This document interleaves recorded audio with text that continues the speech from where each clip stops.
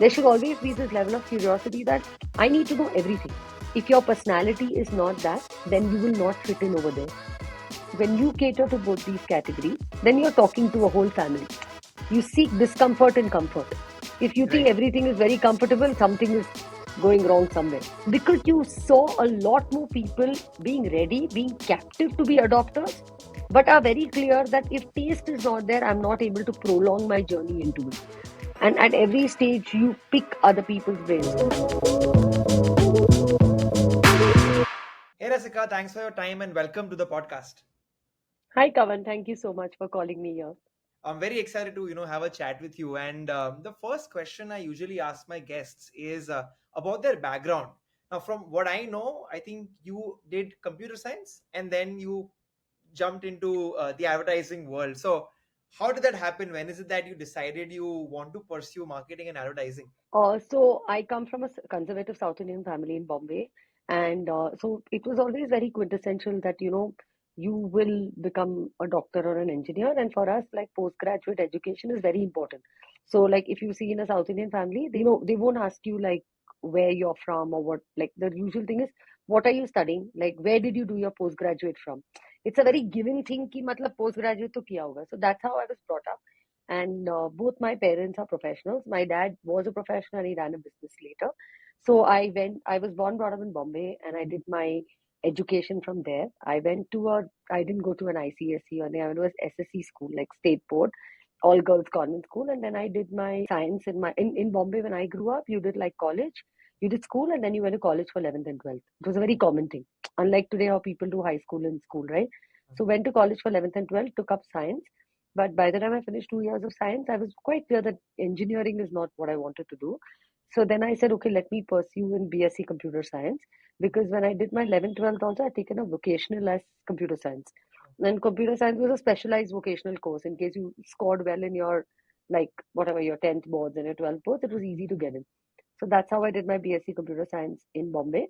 And while I was doing my BSc Computer Science, I realized that this is not my calling.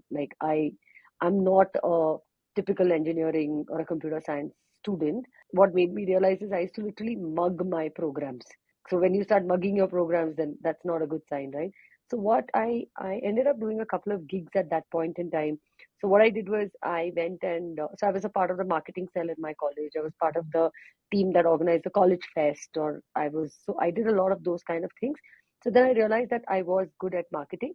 I also like side by side did a course at an event management because I did college fest. So you tend to think at that age that, oh, maybe I'm going to be good at this. And I went and did a course at that time. And then immediately my parents were very clear that I need to, do my MBA before I start working. So that's why I went and did my MBA from Bombay as well. And that's what got me to understand that I want to do marketing. I always wanted to go to the US to do my postgrad. In fact, I applied for my undergrads as well. The year I was going is when 9/11 happened. So a lot of my friends said that, you don't know if you'll get a job there or whatever. At that time, the world was not as open as it's now. Like, Right. there's so much information that you have. You can speak to people, you can connect with people. At that point in time, like, I was a generation when I was in my 11th grade, MSN Messenger had just come in, like Hotmail had just come in. So it was like that those days, right? So then I was like, I got cold feet. But when I finished my undergrad education, I had a lot of my friends who went to the US for their undergrads, and I was quite sure that, okay, I can make it. But my parents were like, the first time you applied and you never went, so you just finish your MBA and then you do what you want. Because, like I said, right, doing a postgrad is very, very important. So I finished my MBA in marketing. So because I knew I wanted to go to the US, I knew that. And if you want to go to the US, I had the right education to do that, but I needed to build out my resume well. Hence, I was very keen on doing something different. I first had got an interim job somewhere, but in the meanwhile, I applied to Ogilvy and Mehta because I knew advertising was something that interested me. And I got a job at the Bombay office. I started working in mainline. I was quite fortunate because the head of planning we were working on a project together, Mhm. and the project was called Project Shakti, which was an HUL project, and they had the task force team, and he identified me and he said that why don't you come to the other side, which is so Ogilvy has Ogilvy mainline, Ogilvy activation, and Ogilvy one. One is digital. Ogilvy activation has like I mean everything like rural, retail, outdoor. they also have events. So he said, why don't you come? Because he was the head of planning and VP there.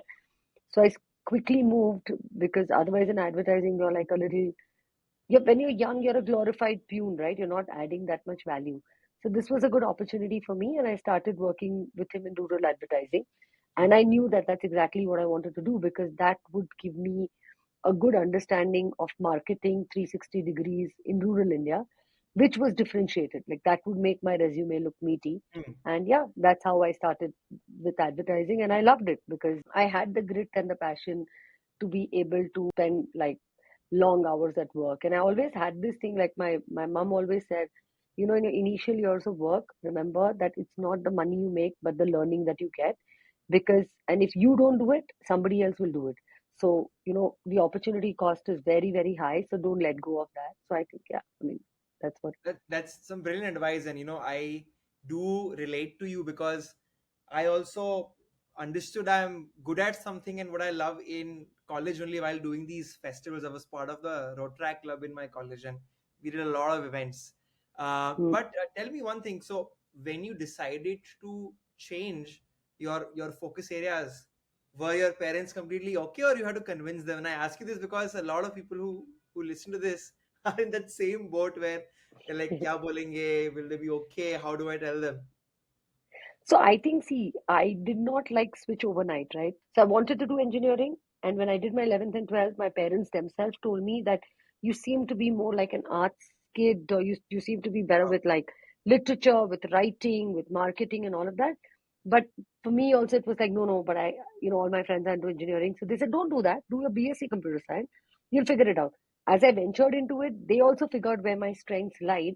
So they Mm, encouraged me to go in the right direction, and they said that, do what's right. But at that point in time, they said that what we understand is we understand engineering and we understand medicine. Though neither of them are doctors or engineers, but that's what, like, it was very correct. quintessential. And I was a fairly above average kid. So they were like, that's what we understand. So we won't be able to help you, like, figure out what you want to do. That's something, if you take responsibility, they were okay with it.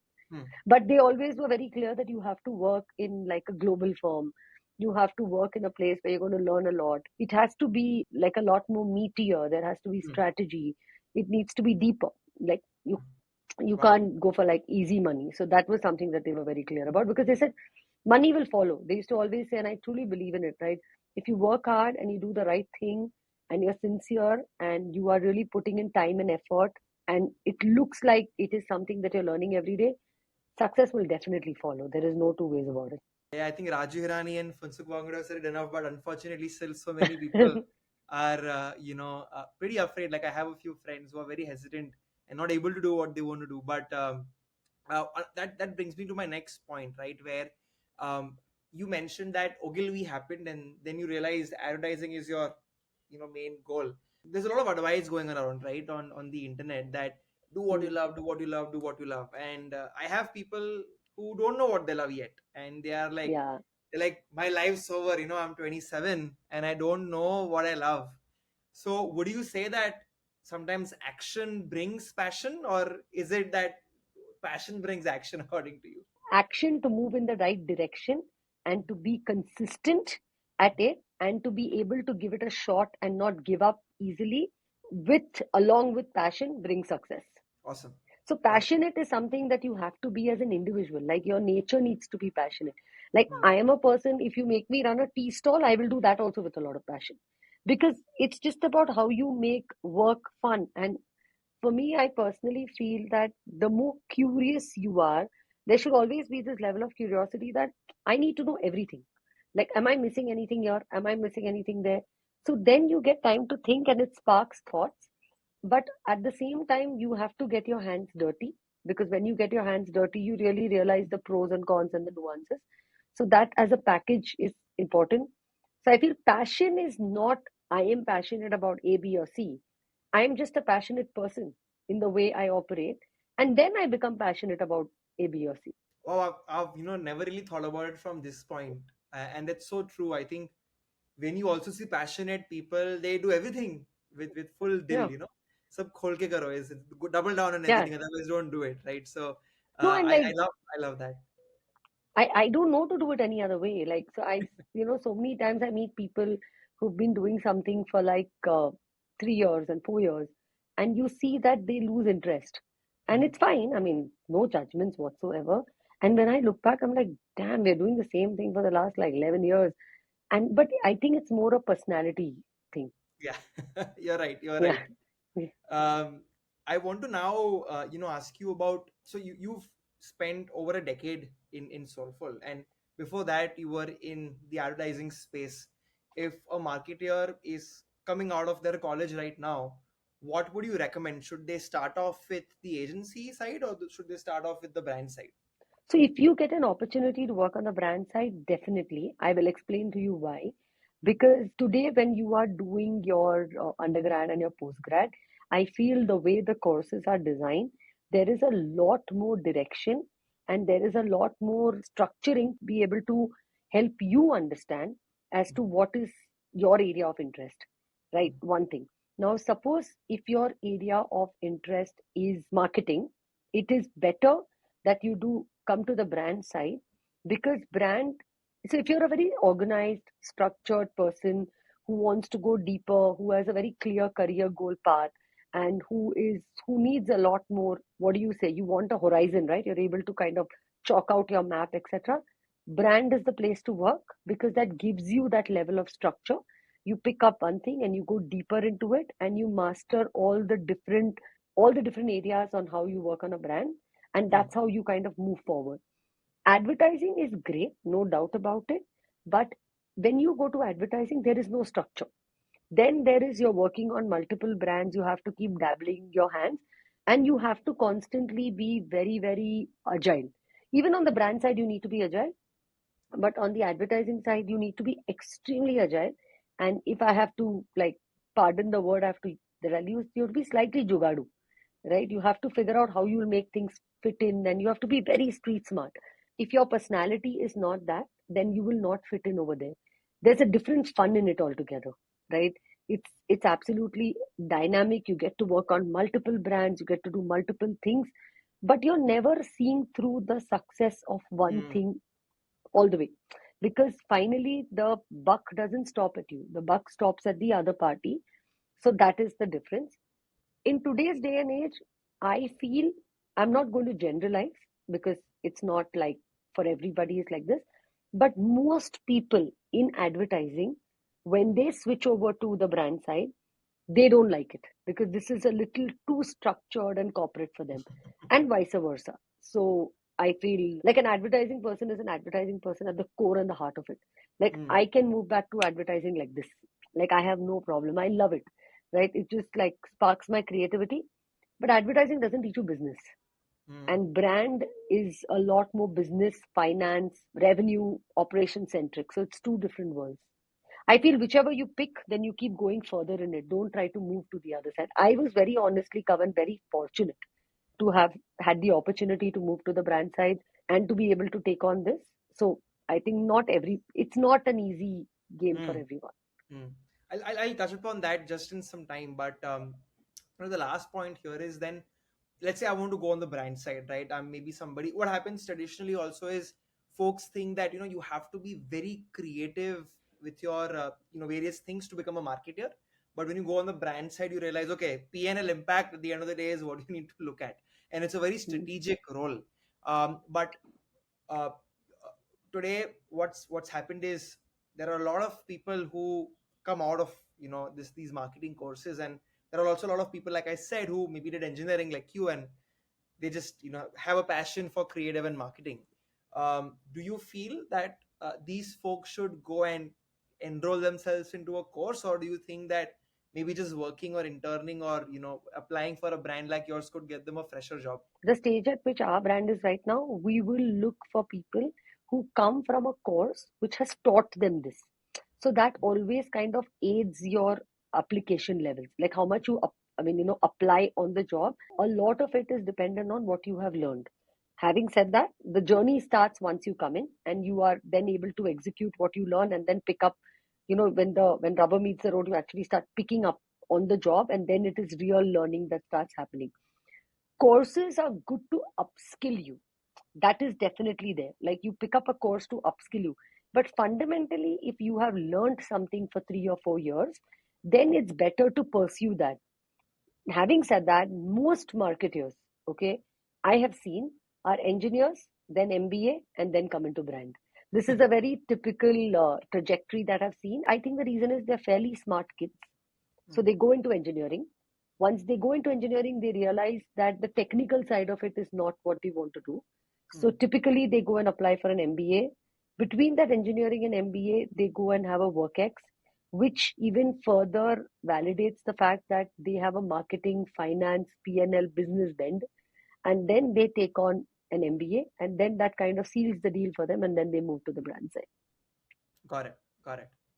I Yeah. think this is my 15th or 20th episode. Like we've shot quite a bit, and most people have that same background as you mentioned. They Yeah. do engineering and then everything else which follows through.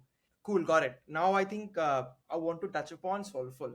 Very Mm. rarely I see, a Tata having a co-founder tag next to anybody, And I Yeah. was very curious as to how does something like that happen? You've built this over the last 12 years also. So what was the story behind you starting this? You've asked me three questions. Question one is, how did co-founder happen? Question number two is, how did Tata happen? Yeah. Question number three is, how did Soulful happen? Which one do you want me to answer? Why don't you tell me in terms of, chronology, one by one? Okay, fine. So this is me and my other co-founder Prashant, and I have a third co-founder also, Amit. So me and Prashant were in the US, and when we lived over there, we he was I was working in advertising again, and he was working with a data analytics firm called IRI, and we come from a family business. Rather, Prashant's my husband as well. So our family is into agriculture, and his uncle is Dr. M.S. Swaminathan. And the time when we were in the US, we had finished our studies, we finished our MBA, and we were working over there. While we had our jobs, but things weren't like that exciting because the economy wasn't great. And we wanted to come back to India to give back to the India story. So we understood agriculture really well. And we thought that it was good for us to come back and do something with respect to food. And that's when we met Dr. M. S. Swaminathan, who's a Bharat Ratna now, and he passed away last year. And he was telling us about, he was the father of the Green Revolution. So he said, youngsters like you need to come back to India. And when you come back to India, you should do something which is going to bring about a big change, which is very essential. And because he was the father of the Green Revolution, he told us that, see, when I did the Green Revolution, it was hunger satisfaction. But today, India needs nutrition satisfaction. And he said, I'm working on a grain called millet. And then he compared it to quinoa, which we understood because we lived in the US, right? So he said, this is far more expensive. It's 10 times the price of millet, but the nutrition value is the same. And he said, the reason I'm telling you all is because I'm doing extensive research, primarily because we are going to get into global warming. Our country's economy is largely based into agriculture, and it is important for us to make sure we plan to be prepared to bring about a change in the way we eat in the future. And that has to be brought about well in advance. We need to start working on it. So youngsters like you are risk averse. So you'll are okay to try out these things. And you'll also bring a factor to it because you're not going to make it look boring. You understand today's generation.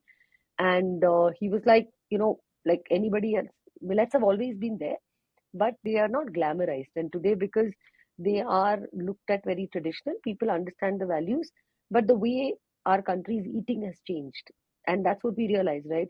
People wanted the urban India ate differently. The form factors that they liked were very, very different. So it's only people like y'all can make. And that was quite encouraging. We moved back to India, and like one thing led to another, and we started this brand Soulful. We had a bunch of friends with whom we like brainstormed and came up with a name. And because we came from the US, we knew that we understood breakfast cereal very well. At the same time, when we lived in the US, an inspiration that we took was we never ate out of a box because we were quite frugal being Indians. So we would pack our lunch boxes to work. So why? Because Prashant, I told you, right, worked in IRI, which is and his client was Safeway, which is one of the largest supermarket chains in the West Coast.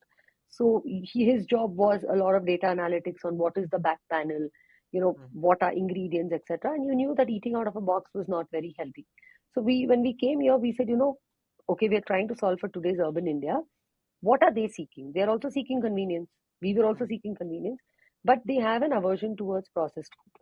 Why does it have to be processed? Why does it have to be processed? Why can it not be clean label? Again, when we lived in the US, we lived in Berkeley. Berkeley is the heartland of food evolutions. Anything which is like new in food will always happen there. So there we realized that people started making clean labels, ingredients you could pronounce. What you see is what you get. So we said, okay, so let's work towards that we make products which are convenient. Second thing was we said, okay, we're trying to solve for today's India, which means it needs to be affordable. You do not, because you want to make this millet accessible. Now, if you make it very expensive, then you're not going to really solve at scale. So we said that. And the third thing was we said, okay, if we need to build the business, we need to make sure that people buy as often. Only then we will be able to milk the acquisition cost. So that would happen if you're touching one of the meals of the day. Now, lunch and dinner, you can't touch in India. We don't like to eat the same thing every day, right? Like as Indians, you might eat roti every day, but you need a different sabji. So that's a very, very sensitive, emotional part of India. So we said breakfast is something people don't mind eating the same thing every day. It's fine. And there was a brand called Kellogg's, and which had made inroads, and there was a fairly decent category size. So we said, okay, let's start with breakfast cereals, and millets can be extruded forms. So those forms also kind of looked very like they kind of suited the whole breakfast format. Like they could be made into flakes, they could be made into cereals, they could be made into like cups. So we said, okay, then this is a good format for us to play with. So that's how we moved into breakfast cereals, and that's how Soulful started.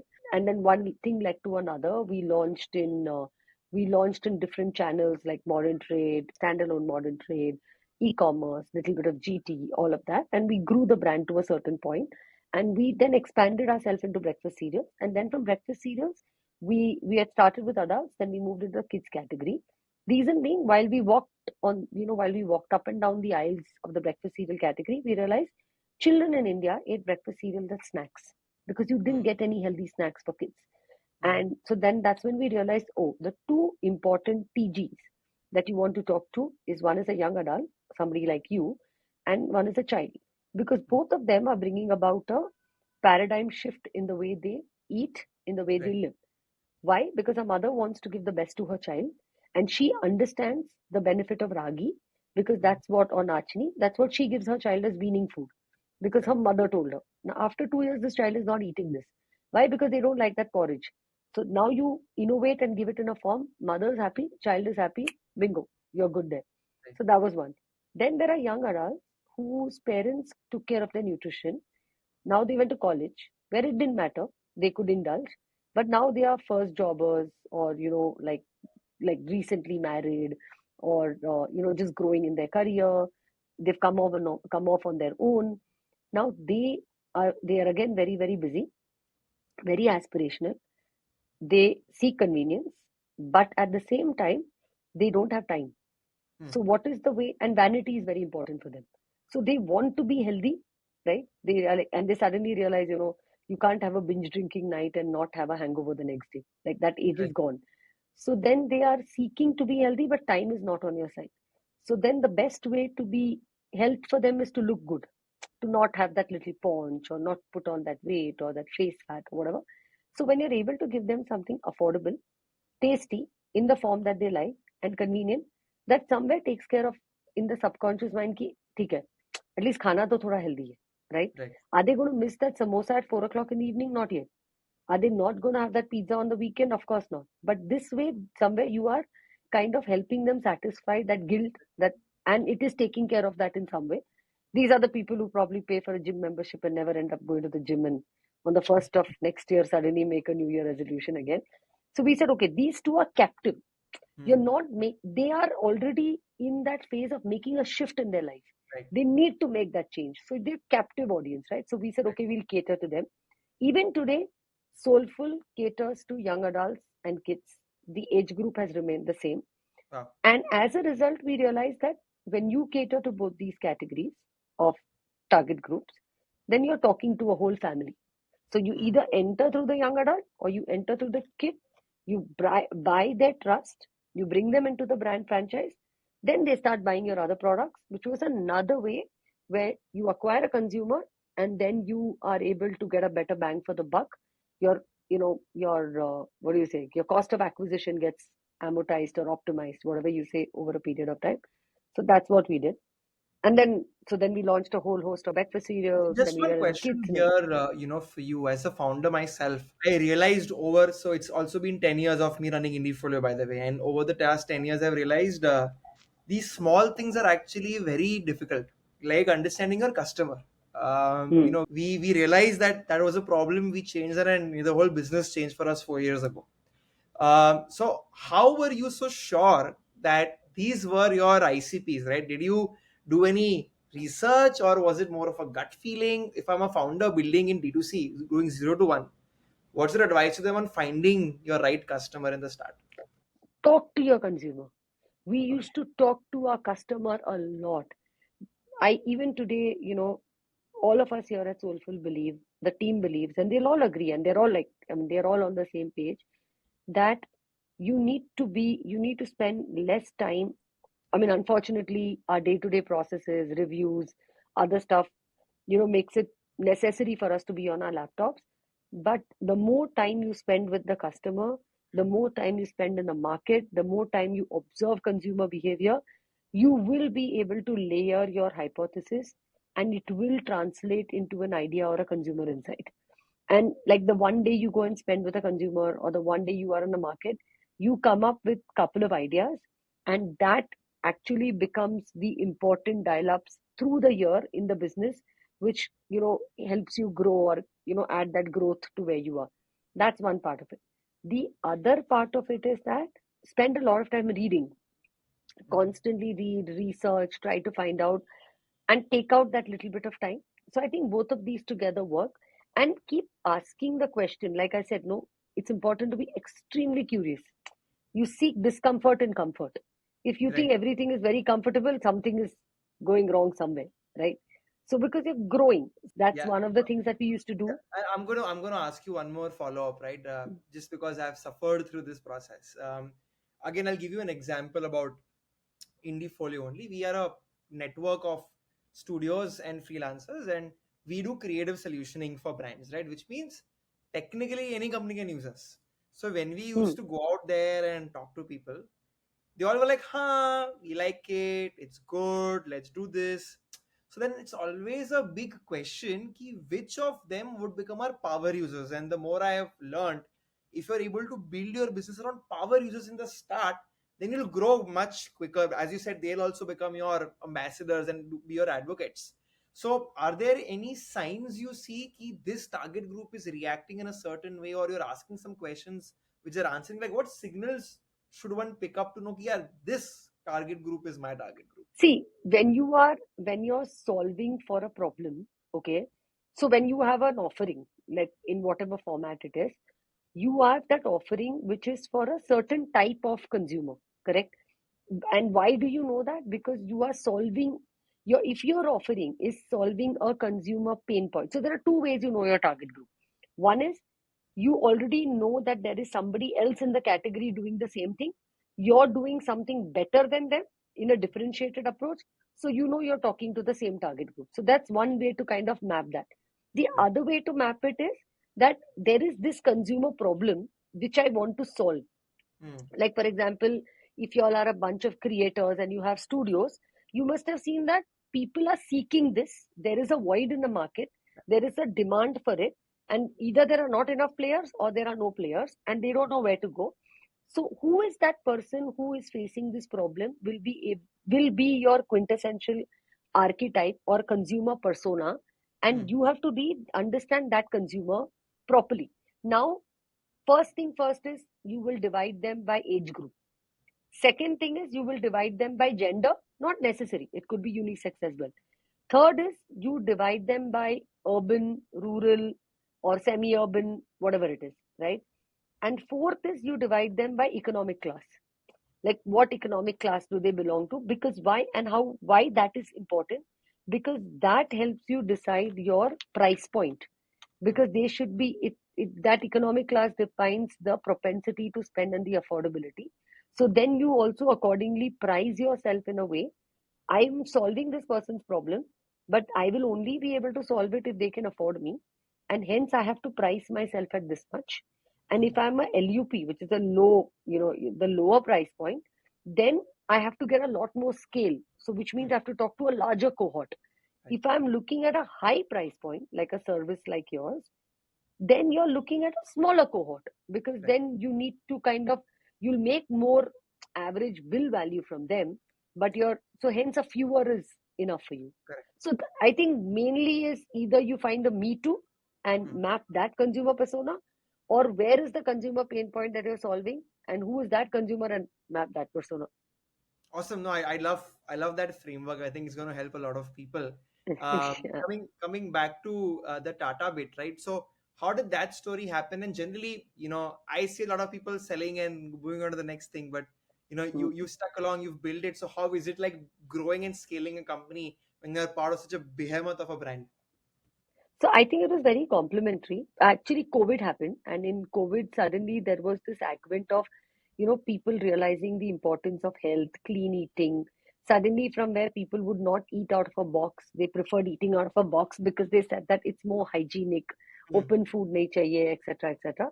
And that's when conversation happened with Tata, and they were also seeking for a brand who spoke to the millennial consumer with a wellness or a better for you offering, a cleaner label, and in the category that they did not operate in. So the category that they didn't operate was, they didn't have a brand which spoke to millennials. They were not talking, they were not doing snacking, they were not doing breakfast cereals. And all of these categories picked up big time. So if you look at breakfast cereal as a category, pre-COVID, it had a 10-11% penetration. Today, it has a 45% penetration in the Wow. Indian urban household. So, and it's a category which grows at around 20% year on year, like it's a Wow. 20% CAGR. So, and this is not the base conflicts.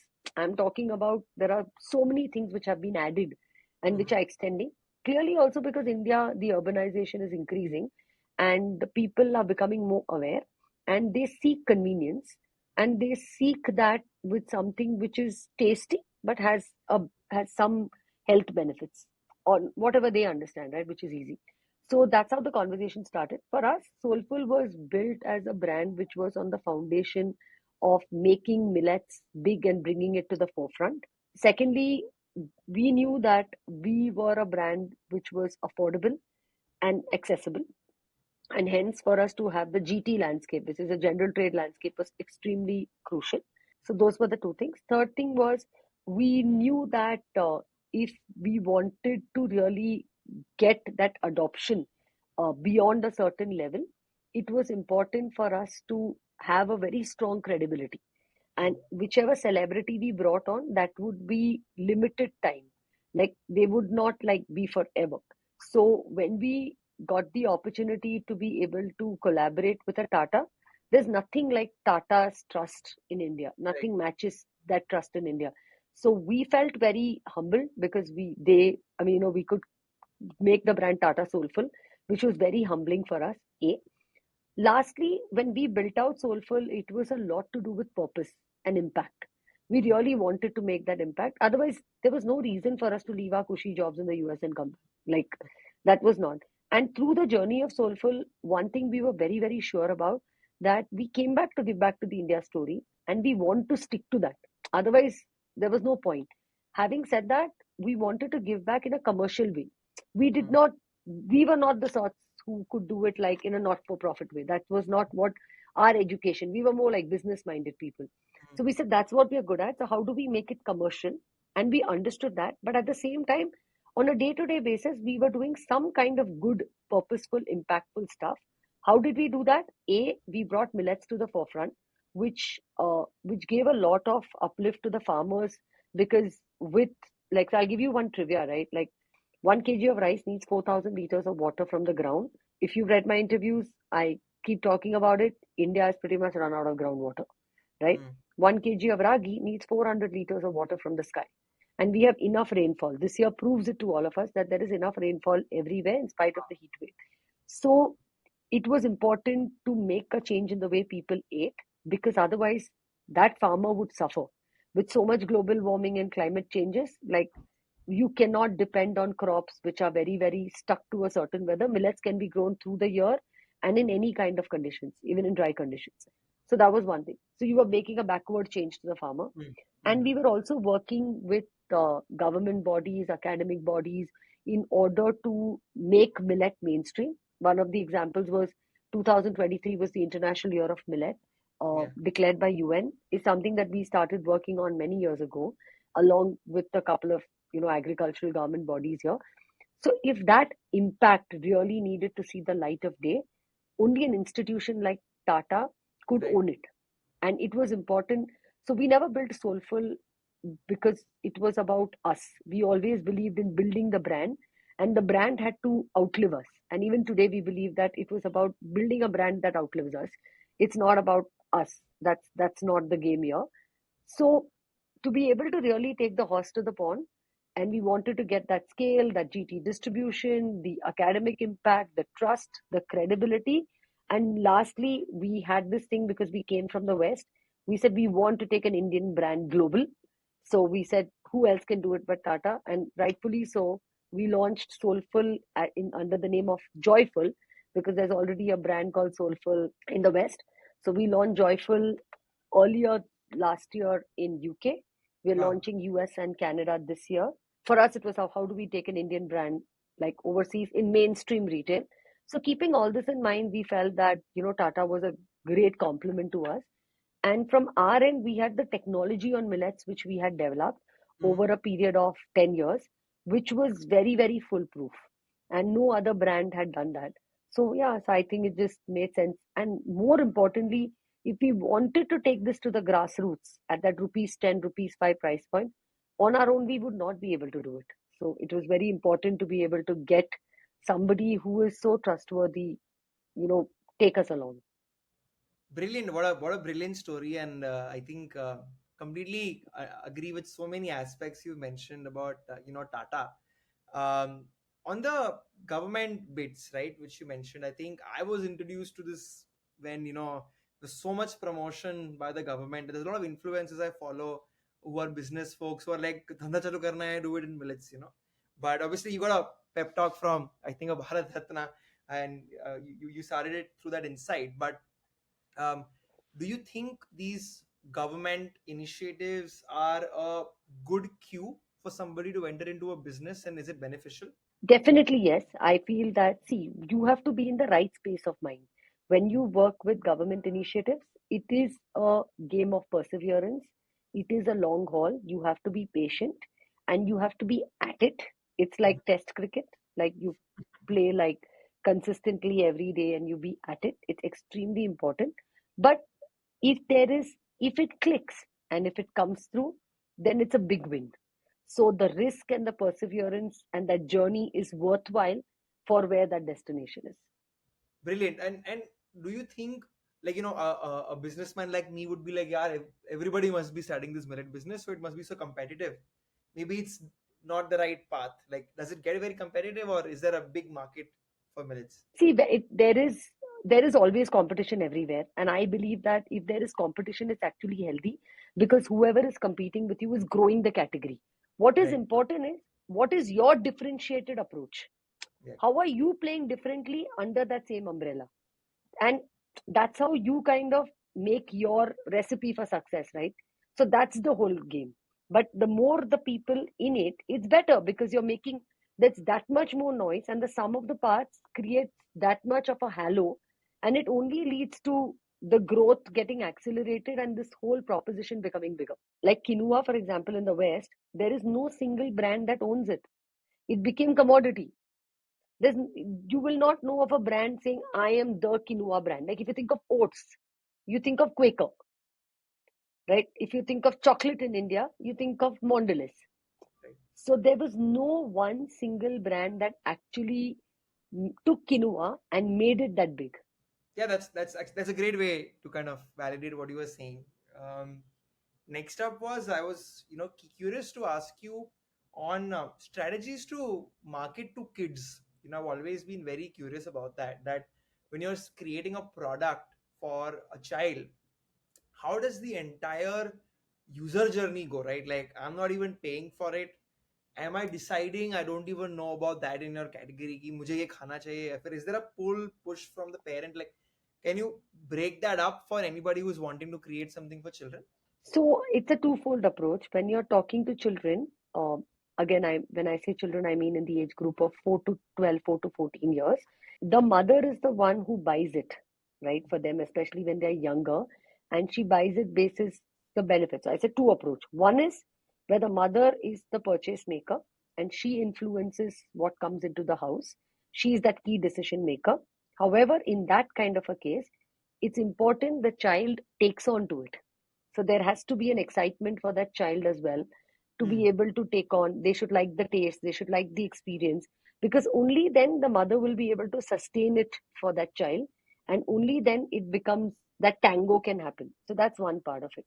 The other is there are some products where the child goes and buys from the market because they get their little pocket money, 5 rupees, 10 rupees, whatever it is, and they go and buy. That's when there is a pester power, especially in a category like ours.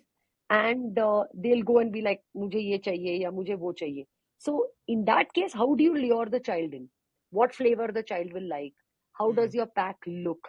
Do you have a free sticker? Are you able to give them shapes that excite them? Is it something which is standing out to them? But once they bring it back home, if it's very high sugar or if it has nothing which is good for them or healthy, then the mother won't approve it. So in that case you need the mother's approval. So it's depending on which decision making bucket you come in or which Hmm. route you come in.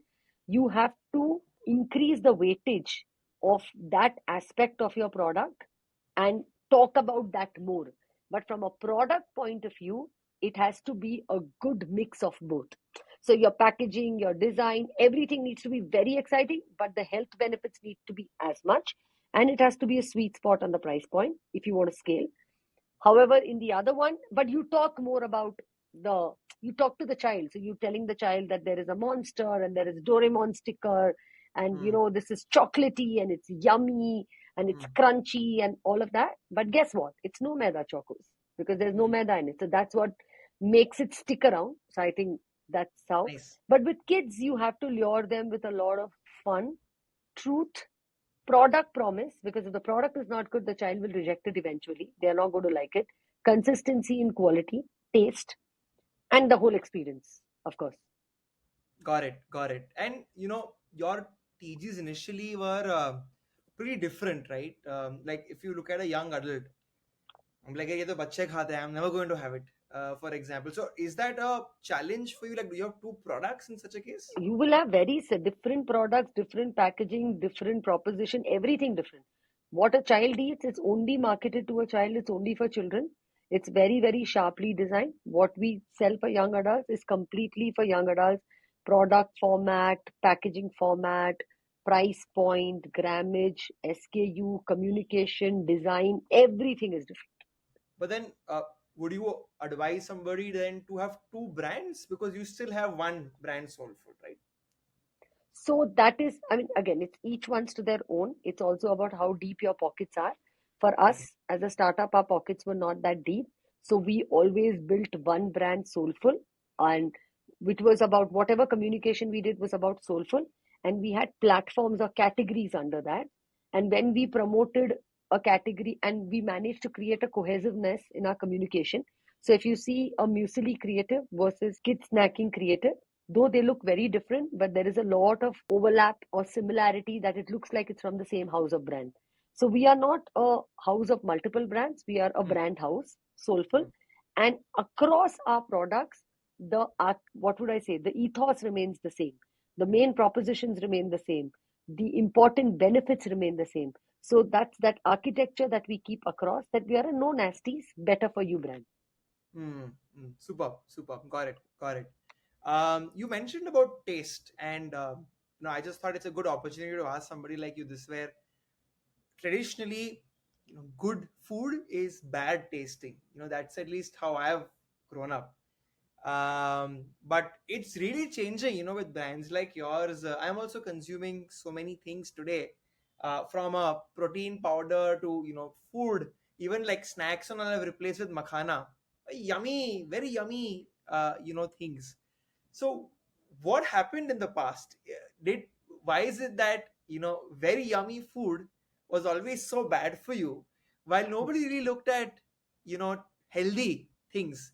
Like, you must have some perspective on how suddenly that shift happened, you know?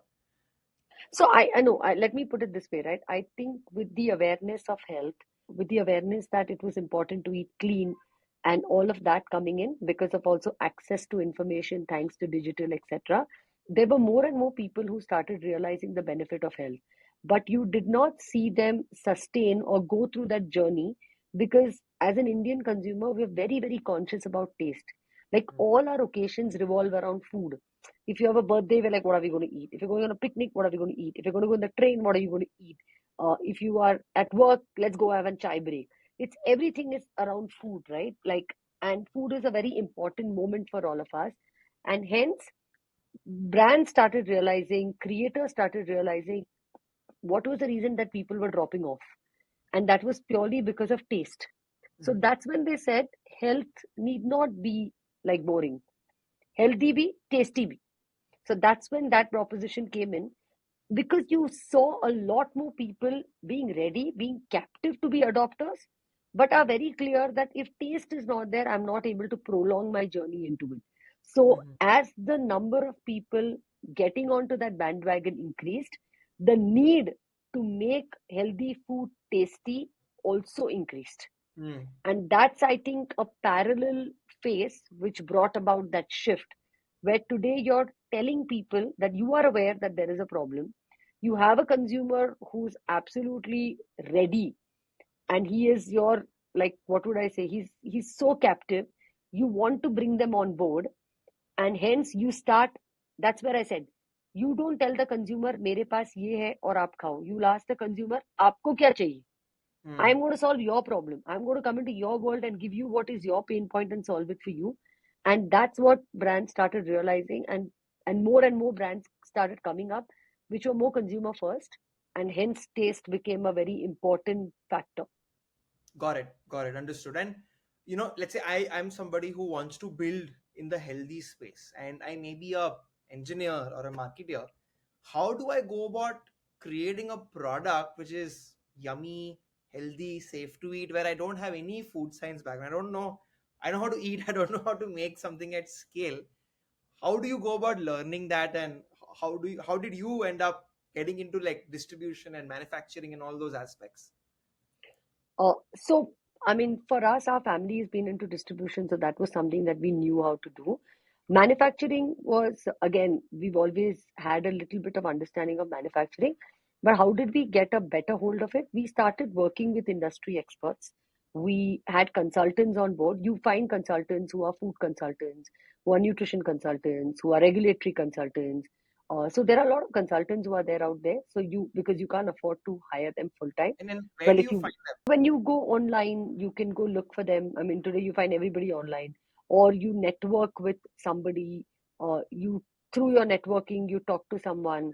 Through Hmm. LinkedIn, you connect with someone and say, do you know anybody who's you just open up your network from your college, from your business school, from your own network or whatever you're doing, and you start reaching out to people.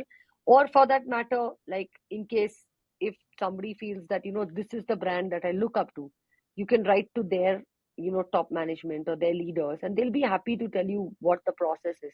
And at every stage you pick other people's brains. So if somebody comes and asks me, I will be like, why don't you have these consultants? They'll be like, where do I find them? I'm like, wait, I have a contact, I'll send it across to you. So you Right. kind of network, research, go looking, and you will get your hands on to people. Today the internet is a very open space. Let it be LinkedIn or let it be any other form of social media, or even for that matter, just your search. I think it throws in the right answers, and people out there are running companies where they're ready to be consultants to do this kind of stuff. Got it. Got it. Superb. We're towards the last few questions now. I wanted to touch upon content production. I think for any marketing function, that's very important. And uh, you've again built this over a decade, and now you're part of a big group. What is your usual recommendation on content production? Because a lot of marketers, when they're growing a company, they're very confused. Should I do it in house? Should I get an agency? What's your usual preference and what would you recommend? So I think my recommendation is there is no one answer to this. You have to do a mix bag wherein depending on the type of content and the expertise, you start creating some in-house because Mhm. that gives you a quicker turnaround time and it also helps you get make it more cost efficient. At the same time, when you're looking at deeper content pieces, which need some subject matter expertise, you go out to an agency who's a specialist in that type of content Mhm. and you request them to be able to create it and co create it along with them. And in that case, it will require some more money, Mhm. but it also is going to be a lot more meatier, a Mhm. lot more, you know exactly what you're going for. And you might get a lot of innovative approaches because you'll have the best hands working on it because that's their core competency, that's their subject matter expertise. So I feel it's a combination of in house and it's a combination of, I mean, looking for experts outside, but look for an expert for each of these because one agency cannot do everything for you. Got it. No, that's music to my ears because that's a big thesis for what we do. Yeah. uh, a lot of agency owners also listen to this podcast, and I'm sure they'd love to know what separates a great agency from a average agency according to you. I think the people is what separates a great agency from an average agency. The talent that they have, Mhm. and which is then further layered with uh, like uh, you know so like I said, people and talent, but the same people and talent need to have a very partnership approach, Mhm. need to be able to solve for a business problem that the business partner has and not just solve for something that they want to do. If they're truly going to partner, understand, co-create, and to be able to do that in a good time frame at an affordable price, it really helps them stand out. And to be able to think out of the box Mhm. and not to do like cut copy paste jobs, customize your solutions depending on the requirement of each customer. I think that makes a big difference. And don't try to take on too much. Do do a do what you can manage as per your bandwidth. And if you want to increase business, which is absolutely fine, increase the bandwidth and do justice, because otherwise you're going to like take on too much, and an unhappy client is an unhappy future. Absolutely, absolutely. Great advice once again. You mentioned about listen to your customers very well, and I have a few friends who are selling on quick commerce. They're selling on Zomato, and I recently came to know, recently, as in a couple of years ago, that you actually don't have data from these aggregators. Like you don't know exactly who's buying from you. Yeah. In such a scenario, in such a scenario, what would be your recommendation? Let's say I am a remote company with remote people everywhere, and I'm selling primarily through distribution channels. I don't really know who's buying my product in the start, right? Except, let's say, my friends and family. So, have you come up with any, strategies to get user feedback in such a situation? No, like I said, no, you're making a product which is for a certain TG. Yeah, you might not know, for example, is it male, is it female? You wouldn't know that. That is Mhm. for sure. So then when you're selling on e-commerce, they are not going to be, see, when you partner with an e-commerce and when you're initially small, they won't tell you exactly who's buying it because they don't want to share that data with you. Correct. That happens. So then you look at other channels of selling. Maybe you create your own D2C platform Mhm. just to be able to understand. D2C helps you um, like not really to build out a business, but to be able to get a touch and feel of your consumer. It's just a landing page also. If you have some Nice. transaction, you'll be able to be like, who is this consumer is coming and buying. That basic research which is in your hands, and the ability to be able to talk to your consumer, to research with your consumer, to get feedback from your consumer. D2C is a great tool for you to be able to dial that up. So that is, and when you extrapolate that, it will give you a lot more answers. Wow, I've not thought of it from that point of view. Usually people say it's for CAC and margins, but that we realize is not the not Not the there. case That's not there. anymore. That is Yeah, not there anymore. yeah. We So can it's keep it's searching for it. It's not available. वो अभी है नहीं. correct, correct. Um, I also wanted to ask you about quick commerce. As somebody who sells something which I have, let's say, daily. Sometimes it's an impulse buy. Do you see that as a very important distribution channel as part of your Of growth course, going it's a forward? very important it's a very important sales channel. You have to solve for that channel with customized SKUs, but extremely important, picking up at a very, very rapid scale. Consumers are buying more and more. Today, consumer is even not uh, shunning away from paying that fee for delivery because it has created that habit. Of course, they're not going to buy their whole grocery basket, but increasingly you can see their interaction and transactions on quick commerce increasing. Only fear is that quick commerce is the assumption is that the turnaround time or the delivery is very, very quick. Hmm. That is the expectation, which obviously must be putting a lot of load on the business. But I think it's a channel where you have to be present because otherwise the consumer will experience another brand and then they will switch. See, I'll tell you here where a friend of mine was recently asking me this, and I said something which I feel about uh, quick commerce. There's like a bandwagon effect when I'm in a Amazon or a proper offline place like your star or something, and there I'm discovering things. Chalo ye kya hai, kuch naya aaya hai, and I'll pick it up as a new company. On quick commerce, I know what I want to buy usually. Like I love to snack and all. So I may even see one two more products, but that's max. I'm Yeah. usually like, Lay's chahiye, come, I'm gonna hit it and I'm gonna order it myself. So for discovery, is it a good platform? And if not, like, what are some challenges and how to overcome that for a new company? But see, every channel has its role to play, right? Each Mhm. channel has their own agenda that they are driving. Right. So, if there are enough and more platforms for discovery, we should utilize those platforms to do discovery. Okay. Quick commerce also over a period of time will need to kind of solve for discovery as well. But this is not that life stage that they are at. Hmm. Hence, you kind of operate with them basis the need gap that they are fulfilling. What they are fulfilling is quick delivery to your doorstep, instant needed, snacks. You don't have to plan, Right. small SKUs, smaller baskets, less waiting time. So it's what is important is take that channel for what it gives and then go ahead with it and offer your products as per the core what do you say offering or the core proposition of that particular channel. If you go to an Amazon, it's a very different game because of the way you advertise over there. Well, a big basket is again extremely different. So I feel one should solve for their channel the way it is and not try to seek other agendas. वो उनका काम है, वो उन लोग कर लेंगे. He is answerable to somebody for his P&L. Our job is to just jump on the bandwagon and make use of the, and trust me, you cannot do what they do.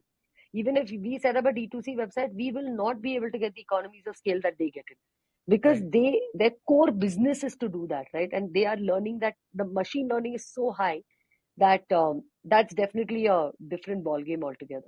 But it's impressive, and I honestly feel very proud of our country because the price at which we get delivery, the rate at which we get delivery, the time in which we get delivery, the pin codes in which we get delivery, I think we are better than any other country in the world today. Absolutely. There's a lot of there's an entire theme on Instagram where people who've gone there talk about how they feel they don't have any access Yeah. to so many crucial things we No, take for granted. and solving for the common man, right? It could be somebody who is living in X pin code or a Y pin code. Doesn't matter. It could be whoever. It could be a, like for example, if there is if there is a person in our office who helps us with housekeeping, even he does not feel intimidated by the platform. The platform is Right. so friendly to everyone, and even he has needs at home, so he's able to order online, and the fee is nominal to be able to offset his convenience or requirement at that time. So I think it's brilliant. So irrespective of where you are, what class you come from, I feel the access that it gives you and the comfort it gives you is fantastic. Couldn't agree more. This brings me, to my last question. You're a founder and you've scaled a company. You're, leading marketing for a pretty large brand. If you had to give advice to somebody who is doing 0 to 1, in the CPG space, right? What would be your advice to them, right? Like what areas do you think are hot? What kind of distribution channels should one bet their initial or rather, what are the initial bets they should take according to you? So see, I don't like, I think to be able to prescribe a distribution channel or an area that is hot is difficult, because it is a very, very what would a specific question, which is a specific answer to a certain category. Sure. However, I think what my learnings were, and less advice, and which I would love to share, is that when you enter a category which has essentials, uh, it's it's a big opportunity, because when I say essentials, I mean that if you're able to, in the CPG category or the FMCG category, if you're able to sell products at an affordable price point, and which become essentials for people and solve a real consumer problem, uh, then you definitely hit gold, because there is no stopping you. Second is that please make sure that whatever happens, do not compromise on product quality, because that is something which the consumer deserves and they understand, and that's what they will stay with you forever for. uh, that's the second thing. And the third and most important thing is, if it's the food category, the more you make people try, the more you make people taste, your trials will then lead to conversion, assuming, of course, the product at the core of it is a great product, which is a given. But sample as much as you can, and that is one of your largest engines of marketing and bringing people into the franchise. So these are the three learnings that we've had, which have really worked very well for us. Fantastic. I think this is like liquid gold for anybody wanting to go 0 to 1. So thanks a lot, Rasika. That's the last question, and this brings us to the end. I hope you enjoyed. Absolutely, Kavan. I think it was really, really good in the middle of our work day, midweek. I think it was a good break to be able to chat with somebody, and your energy is very infectious, and was an absolute pleasure to chat with you. I'm so glad, and for everybody who's tuned on till now, thank you so much. If you'd like to hear another marketing leader, please like, share, subscribe. We'll have another episode coming out very, very soon. Bye bye. Absolutely. Thanks, Kavan. Bye bye. Take care.